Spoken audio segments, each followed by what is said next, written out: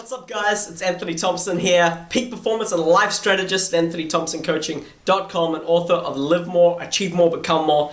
And I want to share with you further just on an article that I posted recently on my blog on Medium.com, and that is why our excuses will never go away, we'll never push past them unless this happens. So as a high achiever or someone wanting to create their best possible life, which I know that you are, because you're breathing oxygen on planet Earth and that is our destiny to create the best life for ourselves and for others, I know that there's one thing that we all need as a part of that journey. And that one thing is growth. That growth might be external, to find growth in our relationships, the quality of the people that we're around, the intimacy with our spouse. Maybe that's in your career. You want to have growth in your career. You want to be earning more money. You want to be having more impact on people. Maybe that's in your own business. You want to have growing the size of your business, growing contribution in your business. Or that growth is an internal growth. And that growth is to be more every single day, to be more confident, to become more loving, to experience a greater sense of freedom. Those are the two types of growth that all of us need in our lives, no matter who you are. And think about it in your life, whether it's developing a new skill, reading a new book, learning something, overcoming a fear, doing something you never thought that you could do possible.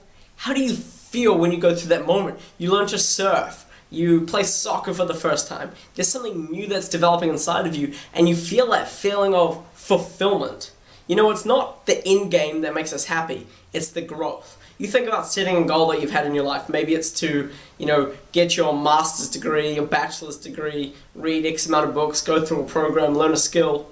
The feeling of fulfillment isn't in the attainment of that goal. Think about achieving that goal. You achieve that goal and you think it was going to be this incredible thing, but immediately within a couple of days, a couple of weeks, you've already set a new goal.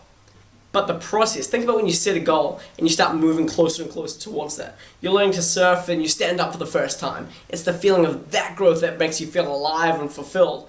It's not making $1 million in your business that's going to make you feel fulfilled. It's the process that makes us happy. That's where we feel alive as humans. So where does this whole idea of excuses come into the process? So if we have a need for growth, to constantly be experiencing growth, if a plant or anything in nature isn't growing, it's dying. It's the same as human beings.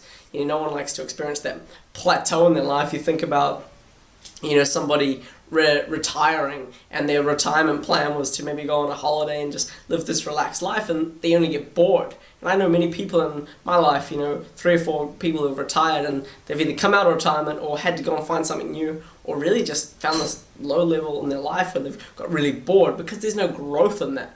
So excuses come into play in our journey of growth, because to grow, we have to do something new. In simple terms, right? Any of those examples I shared with you before, you have to do something new. If you want to grow in your business, there's new activities that you need to do, and you need to become more to fulfill those activities. If you want to develop a new skill, again, it's going to challenge you. You're going to have to grow your comfort zone. You're going to have to overcome fears. So that's where the excuses come up, because we face barriers in our growth. So let's take these examples for growth, right? To grow, I must overcome my fears. Now, when a fear comes near us, maybe it's picking up the phone and making those calls, or it's going and talking to the girl that you like. When you approach those situations, fears arise. And in overcoming your fears, so do excuses arise. So we back down and we rationalize around those fears.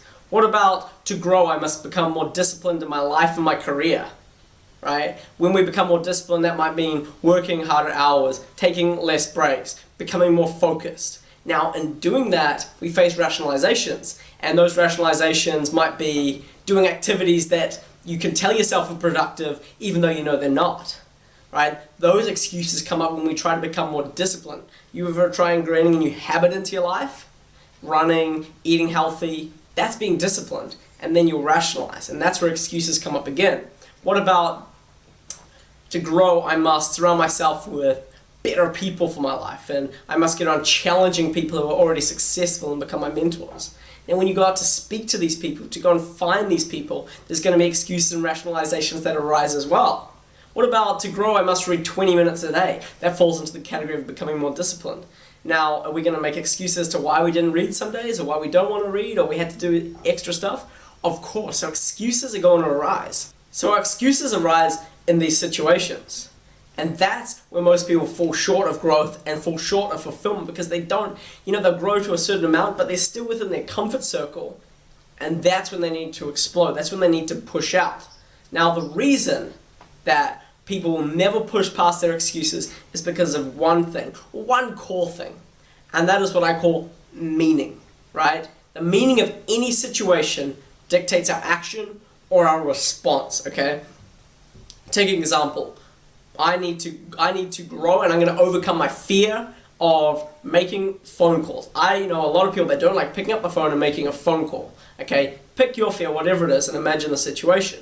Now, for this person, we'll call them Sam. Sam doesn't like making phone calls. So, his meaning of the situation is that making a phone call is tough. People are gonna make me feel like crap. It's gonna be hard. It's not gonna be worth it. People aren't gonna want to buy my product. Now, the meaning of that situation is that going to empower Sam to act or minimize him and make him play small. It's going to make him play small, right? What about the guy or girl that wants to go out and, they're overweight and they want to lose weight, and, their rationalization becomes, I know I need to grow, but, it's going to be too embarrassing going to the gym. Most people there are fit and I'm just going to look silly. Or it's going to be too hard. It's going to take too long to lose weight. Is that going to empower someone to act or minimize them? Minimize them, okay? So let's flip these situations around. Sam wants to pick up the phone, wants to grow, wants to overcome this fear. If I can pick up the phone, what other areas of my life am I going to be able to grow in? If I learn to pick up the phone, I might get a sale. If I learn to pick up the phone, I'm going to become so much more confident in other areas of my life. If I pick up the phone, everything else becomes easier, right? If I pick up the phone, I'm growing, I'm becoming the person that I want to be. That's pushing someone to act. You're giving yourself empowering reasons. And the thing is, when you give yourself an empowering reason, or giving yourself the real reason that you should act, your excuses, you won't believe in them anymore, right? If you give yourself a true, some shitty rationalization, okay, fair enough, I guess I shouldn't do it. But if you give yourself this empowering reason why you should act, Sam's telling himself, this is what's going to happen if I act, what excuse can you give yourself?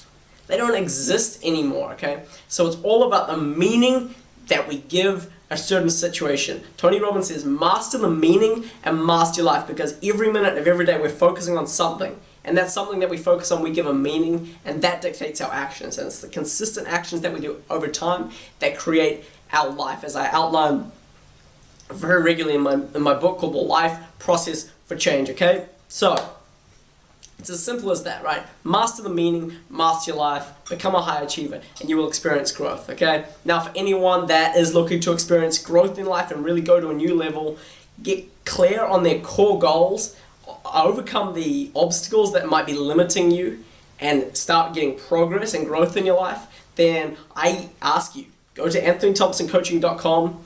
At the moment, while there's still slots, you can click claim your free strategy session. We'll speak for 30 minutes, and I'm going to give you a ton of value on that coaching call, and we'll see how I can help you further, all right? Anyway, much love. Appreciate each and every one of you. Have a phenomenal week.